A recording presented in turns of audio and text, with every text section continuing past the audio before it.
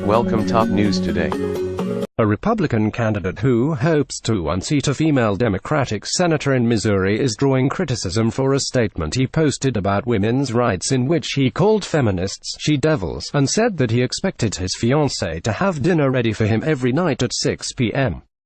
"I want to come home to a home-cooked dinner at 6 every night, one that she fixes and one that I expect one day to have my daughters learn to fix after they become traditional homemakers and family wives," he wrote of his fiancée, Chanel Ryan, saying he wanted his world to be more Norman Rockwell, the painter known for his depictions of classic American life, than the feminist Gloria Steinem. Facebook Cortland Sykes for Senate. The candidate, Cortland Sykes, wrote that radical feminism has a crazed definition of modern womanhood. "They made it up to suit their own nasty, snake-filled heads," he said. "Men and women are different, and gender-bending word games by a goofy nest of drugstore academics aren't going to change anything, except the fantasy life of those confused people in ivory towers." Sykes, who is one of several Republicans planning a run against Sen. Claire McCaskill DMO, posted the remarks on his Facebook page this week, though they were originally from an interview in September. Of the daughters he envisioned himself having in the future, he wrote that he wanted them to build home-based enterprises. "I don't want them to grow up into career-obsessed banshees who forego home life and children and the happiness of family to become nail-biting manophobic hell-bent feminist she-devils," he said. Hillary Clinton's loss, he wrote, showed that radical feminists had been defeated. In an interview with The Washington Post, Sykes said that he fully supported women and that he didn't believe his statement was demeaning to them. "I clearly state that modern women can be anything they want," he said. "No one is in a position to tell women what they can and can't do." He said that he did not intend the statement about feminist she-devils to be an indictment of women with careers, noting that he counted some women he used to work with as mentors.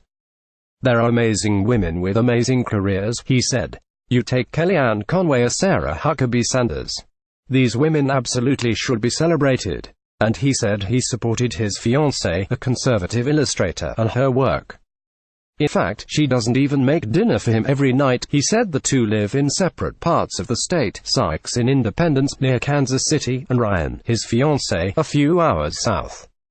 "That was just a pushback, maybe a brash pushback," he said. "That was basically me saying we want to support traditional family values moving forward." Sykes's comments drew rebukes and jokes on social media.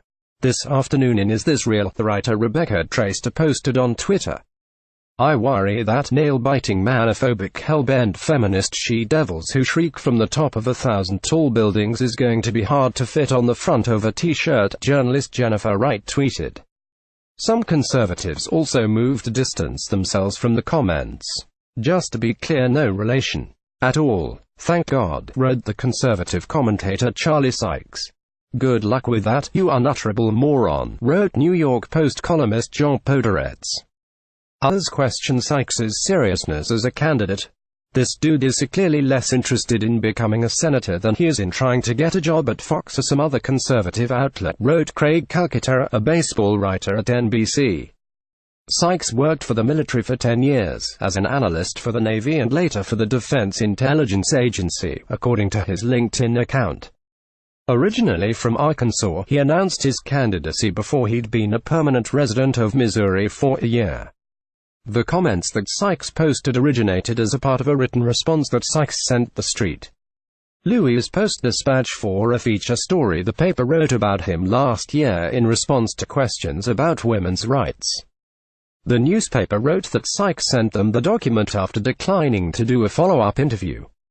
In the document, Sykes praises Breitbart News, derides big media, belittles the Muslim faith and, in a jab at the nation's education system, says Detroit is crawling with uneducated people who can't read a breakfast menu, the newspaper wrote. He called for a ban on Muslim immigration, saying that he opposed Muslims and the Quran. "Big media has become too many dumb blondes," he wrote according to the paper. "Too many leg dangles, too many teas, too many hate Trump stories, too much fake news, too many left-biased reporters, too much mudslinging. The credibility is shot to hell, and with it big media." John Messmer, a political science professor at St. Louis Community College told the newspaper that the document read like Trump-inspired populism on steroids. "I'm 99.9% sure it's not parody," Messmer said. Sykes's campaign sent the Post another statement Thursday night lambasting the feminism of the radical drug and communal hippie vision 1960s.